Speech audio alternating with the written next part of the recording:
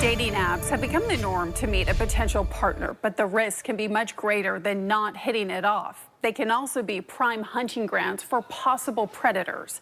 News Channel 8 has learned Tulsa police are investigating after numerous women filed police reports saying they'd been sexually assaulted by a man they met on an app.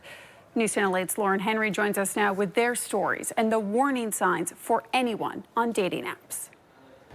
These women are sharing their stories because they want others to be aware, but we are concealing their identities. We have chosen not to name this man or show his photo because he has not been charged. We are also not naming the specific dating app used, and experts I spoke with say those using any dating app should take steps to protect themselves.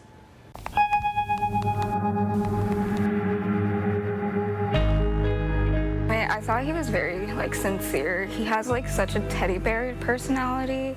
It all started on a dating app with a seemingly innocent connection. He doesn't seem like the type to hurt anybody. And because of that, she says she felt comfortable going to the man's house. We had about 2 shots that I poured, and then we went off to a bar. But when they returned, she recalls things taking a turn. We had 1 shot that he poured. After I had that shot, I started feeling hot and heavy. What unfolds next is when she says her memory goes dark. I woke up the next morning in his bed. I had only underwear and panties on. He showed me a picture that he took of me that he thought was funny, and I had pants on in the photo. I didn't have a shirt on, and there was a blanket on top of me. He has photos, and I don't know what other photos he has of me.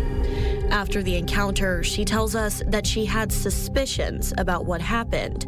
Suspicions that she says were confirmed when she stumbled across a social media post where women share information about men in the area.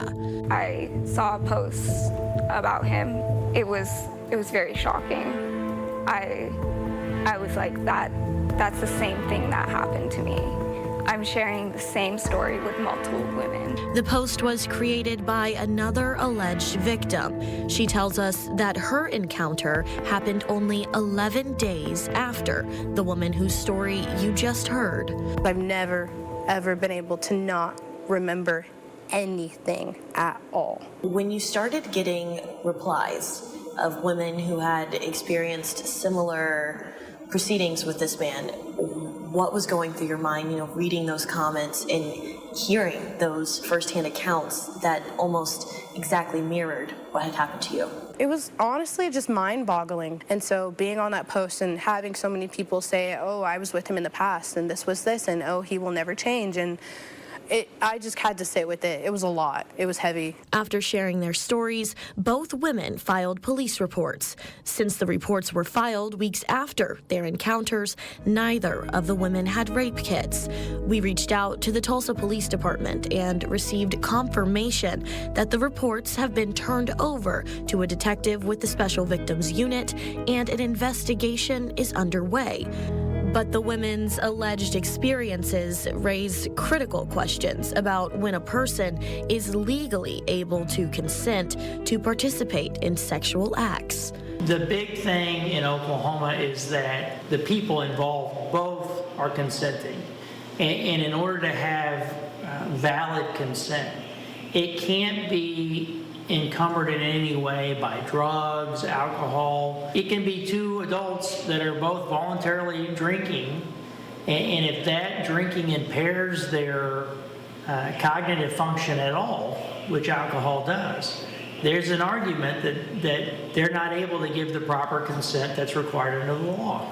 We also spoke with Katie Kessner, the first woman to publicly speak out about date rape, and the executive director of Take Back the Night, a worldwide organization fighting back against sexual violence. Dating apps have made it so much easier for predators to just stalk and directly target. Do these apps need to take more accountability? Predators don't wear name tags, and the average rapist will go on to do it 12 to 17 times before getting caught. Even if they made everybody do a background check, that would maybe help. However, When you think about the idea that a lot of them get away with it for so long, it's not detectable. And the app should do what Uber's doing, in my opinion. I really think they need a lot more at your fingertips protocols and procedures that people can access immediately. While some warning signs are subtle and easy to miss, Kessner shared tips and behaviors to look out for. This does spill over into every gender community. Warning sign number one is they don't listen to you. They're offended by your personal choices.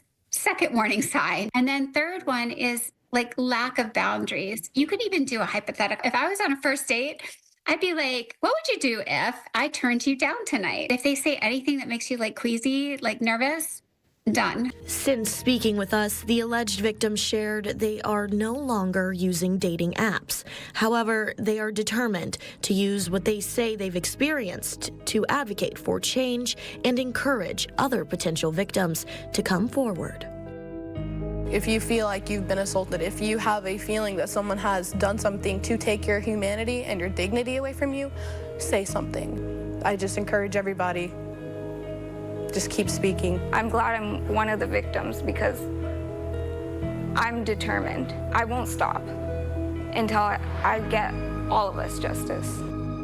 We also reached out to Match Group, a company that runs popular dating apps like Hinge, Tinder, and OkCupid. We asked about safety measures on the apps and requested numbers regarding how many reports of sexual violence they've received from these apps in the past year.